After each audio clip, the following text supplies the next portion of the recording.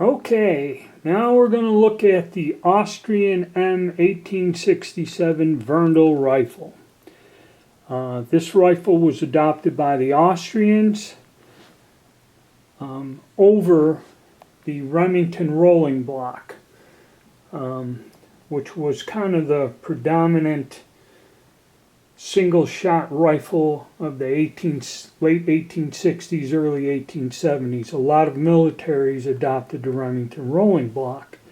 And the story behind this rifle is that when it was being looked at by the prince or whoever was in charge of arms procurement, back in those days when you had a monarchy, one of the relatives was designated with that. He looked at this in a rolling block, and when he had to make the decision, he says, I want a gun designed by an Austrian, and so this was adopted. Okay, we'll look at this one. This one has some unit markings on it, down here. There they are. I forget, my buddy lives in Vienna. He told me what all of these were at one point in time. And I have several of these, so obviously this one was a bit rusted and cleaned up. A lot of these were sold as surplus through Bannerman. When, I don't know, but you can find these guns with markings of schools and stuff on them. They were sold as drill rifles to military academies and military schools and units. You'll find some of them, they'll be nickel-plated and used as ceremonial guns and color guards. And the reason I brought this up is because we're going to look at some more of these Austrian guns. We're going to get into the ones after this. Now, the thing about this particular rifle is with the rotary breech is it's really neat. The gun shoots well, but the rotary breech is its weakness. Because I've found that any dirt, debris, or anything that gets in there will throw the drum off and it won't line up and detonate the primer. So it's kind of an issue. If it gets dirty or fouled, it'll malfunction, even though it's kind of a basic gun. But the Austrians also, what's confusing about this, is these were in a different caliber when they were first adopted. Okay, they were in a straight wall caliber.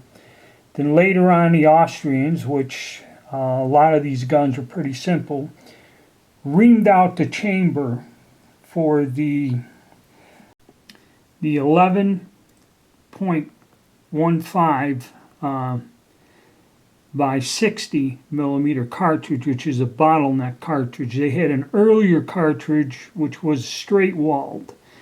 The bullet diameter was the same, so all they had to do was bore out or ream out the barrels with a chamber reamer to accept the new larger cartridge. That's why there's confusion on what these are. Something in the original cartridge is awful difficult to find. I thought I may have had one from the date, but that didn't matter. And some of them will have two dates, one when they were issued and one when they were rechambered, but most of them do not. This one has 69, the original date that it was accepted, but it has been rechambered. There's not a second stamp on there, so it's kind of tough and confusing when you go by it. But that was a standard for the day. Now, there was an issue. All these countries had these single-shot rifles, be it rolling blocks, rotary breeches, or bolt-action guns. And then in the 1870s, there was a war with Russia and Romania against the Ottoman Empire, or Turkey as it was called, 1877 to 1878, the Russo-Turkish War. the Russians come barreling down on the Turks.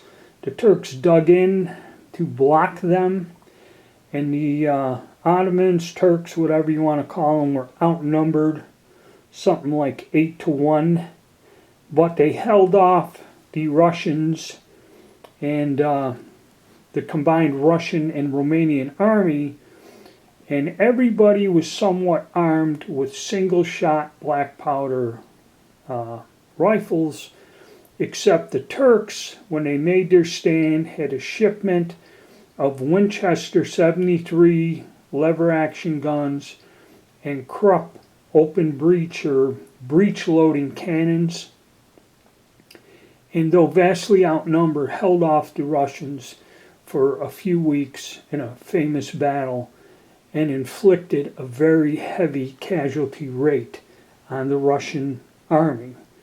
Okay, like where they lost 20,000 or something troops, the Turks only lost 3,000.